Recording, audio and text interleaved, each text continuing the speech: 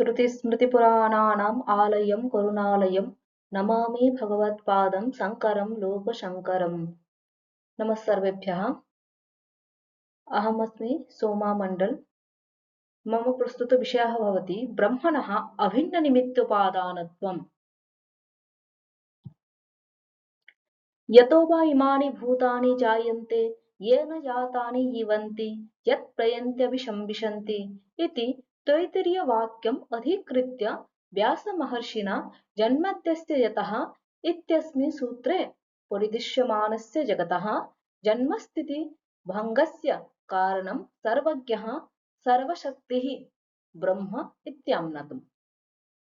बृहविद्यो धातः मनिन् प्रत्यये सति ब्रह्म इति पदं निष्पन्नम्।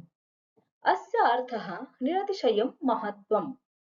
सत्यं ज्ञानमनन्तं ब्रह्म इत्यत्र ब्रह्म अनन्तमिति श्रूयते। अनन्तवत्वं च अपरिच्छिन्नत्वात् ब्रह्मणः गम्यते। अतः ब्रह्मणः निरतिशयमहत्त्वं व्युत्पत्त्या ज्ञायते। एतादृशं ब्रह्म जगत्कारणमिति वेदान्तेषु प्रतिपादितम्। यद्यपि सांख्यन्यायादि इतरेषु दर्शनेषु कारणान्तरं श्रूयते, यथा सांख्यप्रधानं न्याये परमाणुः चैवमादि, तथापि उपक्रमादि तात्पर्यलिङ्गैः वेदान्तवाक्यानां पर्यालोचनया ब्रह्म एव जगत्कारणमिति निर्णेतुं शक्यते। तच्च कारणत्वं ब्रह्मणः कीदृशम् इति चेत् अभिन्ननिमित्तोपादानरूपम् इति प्रकृतिश्च दृष्टान्तनुपरोधात् इत्यस्मिन् सूत्रे निरूपितम्। तदेव वर्णयितुं प्रवृत्तहम्। लोके हि सर्वाणि अपि वस्तूनि कस्माश्चित् कारणात् जायमानानि दृश्यन्ते। यथा घटः मृदः जायते, पटश्च तन्तुभ्यः जायते। एवमेव प्रत्यक्षादिप्रमाणैः परिदृश्यमानः प्रपञ्चः अपि कस्माश्चित् कारणादेव जातः इति ज्ञातुं शक्यते। तर्हि किं तत् कारणं यतः जगत् उत्पन्नमिति जिज्ञासा उदेति। कारणं नाम कार्यनियत पूर्ववृत्तित्वम्। लोके हि कारणं द्विविधम्। उपादानं निमित्तं चेति। तत्र उपादानत्वं नाम स्वाभिन्नकार्यजनकत्वम्, निमित्तत्वं च कार्यानुकूल ज्ञानचिकीर्षाकृतिमत्वम्। यथा घटस्य उपादानकारणं मृदस्ति, निमित्तकारणं च कुलालः भवति। घटवत् कार्यत्वात् जगतः अपि कारणद्वयं भवेत् इत्यतः न्यायशास्त्रे आरम्भवादे प्रधानस्य उपादानत्वं पुरुषस्य च निमित्तत्वं प्रतिपादितम्। वेदान्तशास्त्रे तु अद्वितीयस्य ब्रह्मणः एव अभिन्ननिमित्तोपादानत्वं चाक्षिप्तम्। दृष्टविरुद्धत्वात् एकस्यैव ब्रह्मणः उपादानत्वं निमित्तं च उभयं नैव सम्भवति इत्येवं प्राप्ते उच्यते उपादानं द्विविधम्। परिणामोपादानं विवर्तोपादानं चेति। तत्र सांख्याः कथयति प्रकृतिः उपादानं भवति, निमित्तं भवति पुरुषः। एवमेव वैशेषिकाः कथयन्ति परमाणुः उपादानम्, ईश्वरः निमित्तकारणम्। परन्तु वेदान्तिनां मते तु उपादानं ब्रह्म, निमित्तमपि ब्रह्मैव भवति। अप्पयदीक्षितेन्द्र विरचिते सिद्धान्तलेशसंग्रहे परिणाम विवर्तयोः लक्षणानि एवं श्रूयते। परिणामः कारणसमसत्ताकः अन्यथा भावः, कारणसलक्षणः अन्यथा भावः, कारण अभिन्नं कार्यम्। यथा मृदि घटः।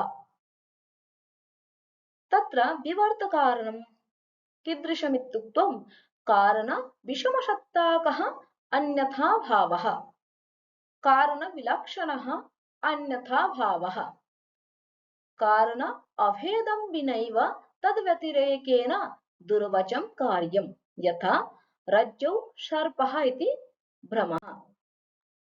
तत्र तावत् उपादानसमासक्ताककार्याप्रवृत्तिः परिणामः, यथा कार्यं घटः उपादानकारणस्य मृदः परिणामरूपमेव, यतोहि अनयोः कार्यकारणयोः उपादान उपादेययोः घट मृदोः समानसत्ता व्यावहारिकी सत्ता अभ्युपगता। एवं च उपादान विषमसत्ताककार्याप्रवृत्तिः विवर्तः, यथा व्यावहारिकसत्तावती सुक्तिः रजतात्मना यदा प्रतिभासते तदा प्रतिभाषकसत्तावत् रजतं सुक्तेः विवर्तरूपम् इत्युच्यते। अनयोः सुक्तिरजतयोः उपादान उपादेययोः सत्ता वैषम्यात् एवमेव पारमार्थिकसत्त्वागत्यपि ब्रह्म व्यावहारिकसत्तावतः जगतः विवर्त उपादानं भवितुम् अर्हति।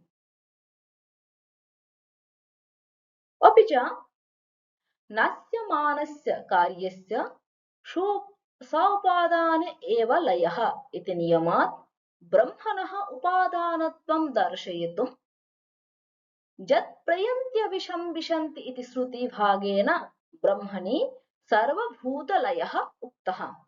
तस्मात् ब्रह्मणः जगदुपादानत्वं सिद्ध्यति।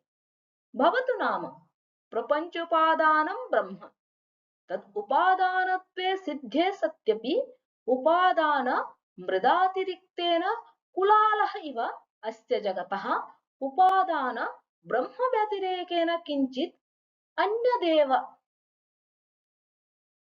निमित्तकारणं स्यात्। एवं सति अधिष्ठातुः अन्यस्य सद्भावे द्वैतपत्तिः भवति। ततश्च एकविज्ञानेन सर्वविज्ञानमिति प्रतिज्ञायाः हानिः स्यात्।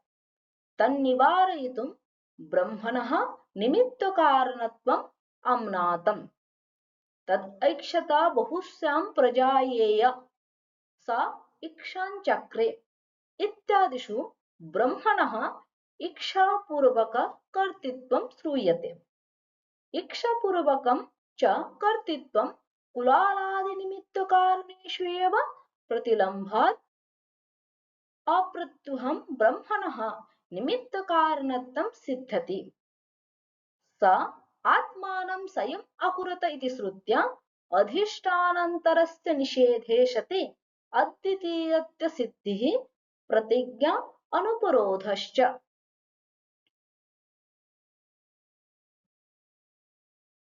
तत्र तथा च निमित्तं च तत् उपादानं चेति निमित्तोपादानम्, अभिन्नं च तत् निमित्तोपादानं चेति अभिन्न निमित्तोपादानम्। अस्य जगतः ब्रह्मैव उपादानं निमित्तं च कारणम् इत्यतः ब्रह्मणः अभिन्न निमित्तोपादानत्वं वेदान्तेषु प्रतिपादितम्।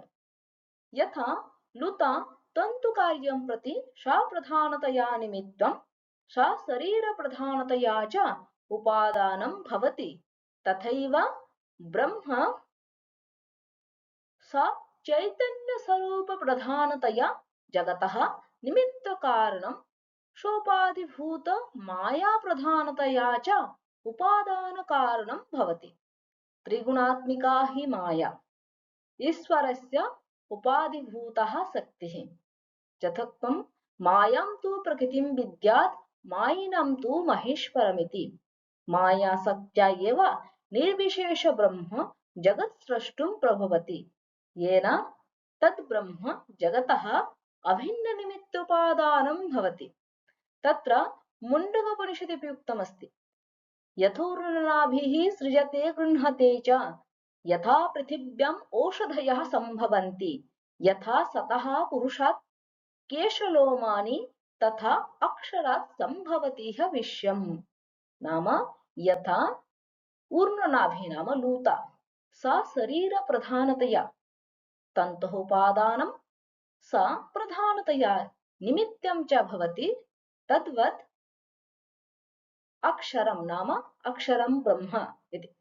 तथा च ब्रह्म स्व उपाधि माया प्रधानतया उपादानं सा चैतन्य प्रधानतया निमित्तं च भवति। इत्थं ब्रह्मणः अभिन्न निमित्तोपादानत्वं प्रतिपादितं भवति वेदान्तमते। इत्थं तावत् ब्रह्मणः अभिन्न निमित्तोपादानम् इत्यमुं विषयीकृत्य यथामति मयात्र प्रस्तुता। सर्वेभ्यः नमस्कारः, धन्यवादः।